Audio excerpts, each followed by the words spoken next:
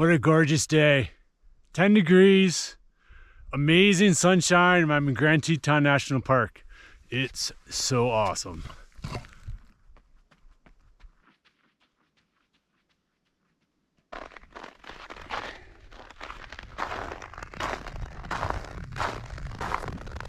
Yeah, I'm following moose tracks down the road. Fewer moose. Wouldn't you want to walk on a road then post hole through that?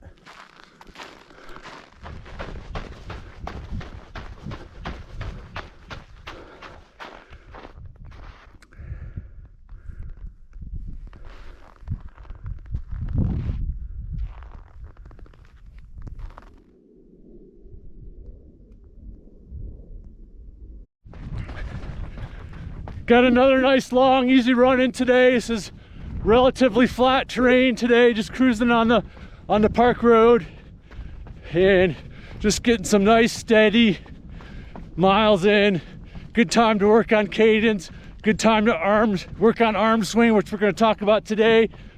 Good day just to work on consistent aerobic building. Woo! Tetons, there's the Grand Teton. Obviously to which one the Grand is. And it's amazing. Things will start melting out. But it'll be a while before we can get up high in the mountains. It's usually not until mid-July where I can get up high on the crest trail and not encounter a lot of snow. So we've got a lot of snow this year. So it's we'll see how, it always amazes me how fast it melts out, but up high it takes a while. So seems like every time there's a major marathon broadcast on TV, I get emails from some of my athletes and many emails just from people like you questioning the arm carry of the Kenyans and Ethiopian runners. And that's what we're going to dive into today.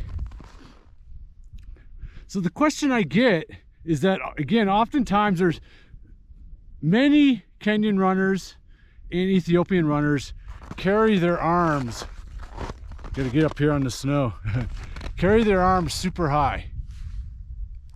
And a lot of times they may keep it so high that they're running more like this, okay?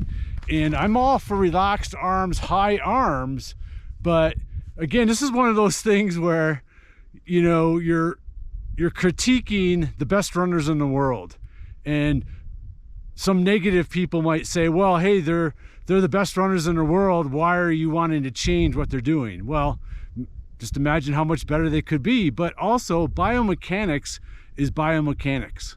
So instead of keeping arms way up high and maybe swinging across the body or just letting them sit here, we want a little bit more of an arm action back, okay? That helps our stability, that helps our propulsion. But more importantly, we're going to talk about how we want to let the rotational forces of our torso swing our arms rather than consciously swing our arms in a conscious manner. Okay, sprinters, the faster you run, the more arm swing you're going to have and the more deliberate you're going to be consciously to swing your arms, because you want that force, you want that torque to run really fast for a short period of time. But in this video, I want to talk more about kind of endurance mode.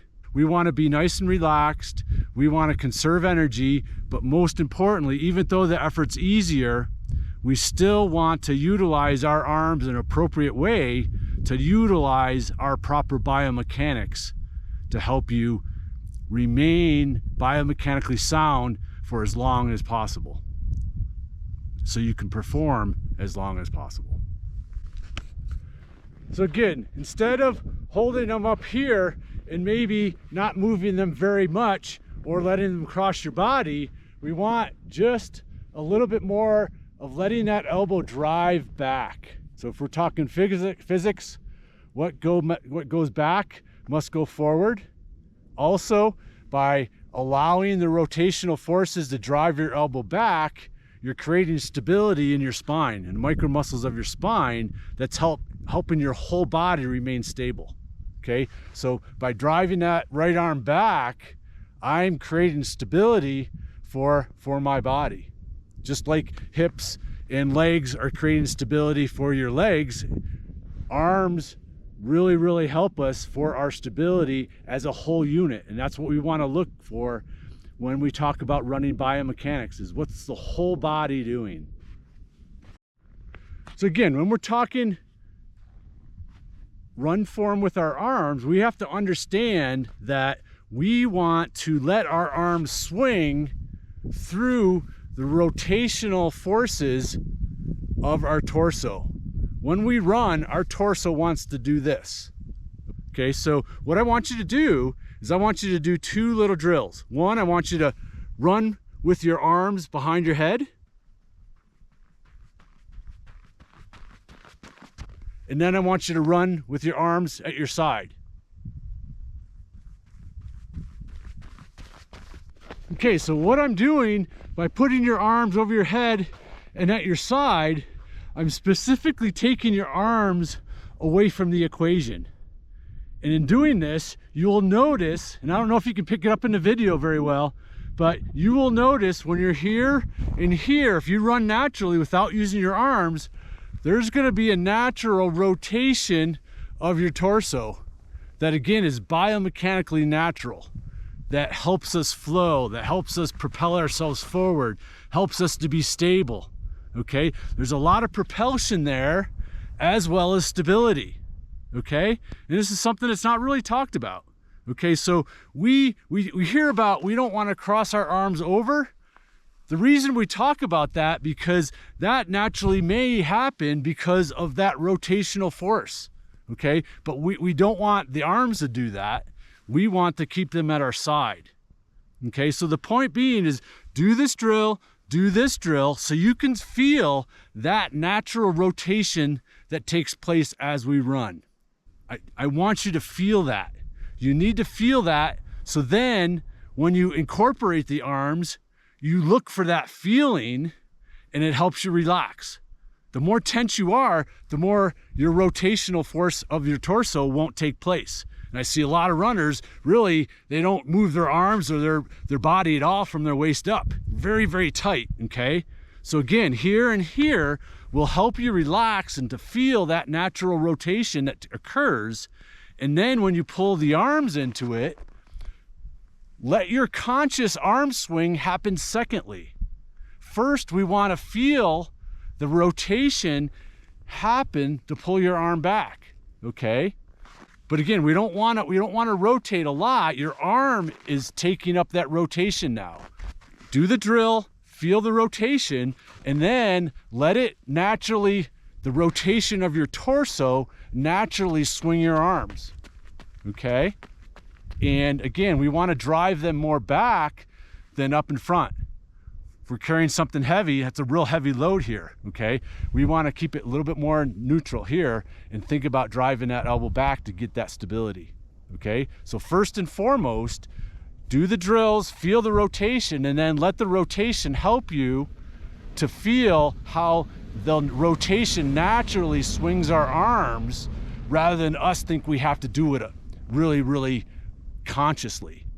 Okay, the faster we run, like I mentioned, the more we might need to think about swinging things. But when you're in endurance mode, relax, feel that slight rotation, and let your arms take up that rotation rather than not using them at all or not thinking about letting them just flow and be natural and feeling the natural rotation again and letting the arms take that up. But you got to do the drills so you feel this, and then when you pull the arms in, that'll take away a lot of this rotation and it'll come into the arms. Okay, so give that a try. Just like anything with run form, I want to tell my athletes, begin to feel what's proper, what's right, what's correct. So then through time, you can always correct that feeling rather than wondering what it looks like. And that's why I use the drills, so you can begin to feel it and not wonder if you're doing it right based on how you look. An athlete has a tremendous awareness. So look to see what it feels like Have that awareness of what it feels like to be the best athlete you can be. All right. Okay. I'm headed back. What a gorgeous day. Oh, this is what February, all of February was supposed to be like, but I'll take it in March. It'll be interesting to see what kind of spring we get. So.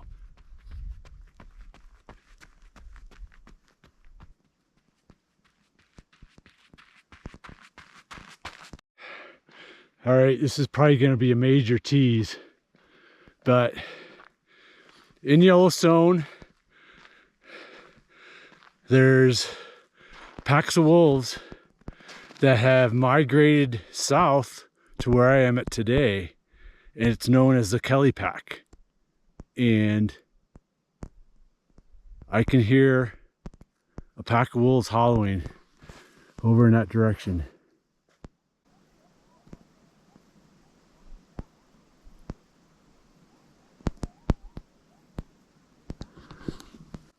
Couple little yips and a couple howls.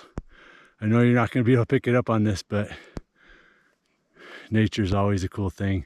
Wildlife's always a cool thing.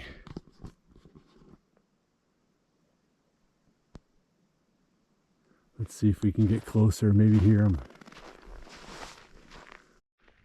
So they're over in that direction, right by Blacktail Butte. Let's be quiet for a minute.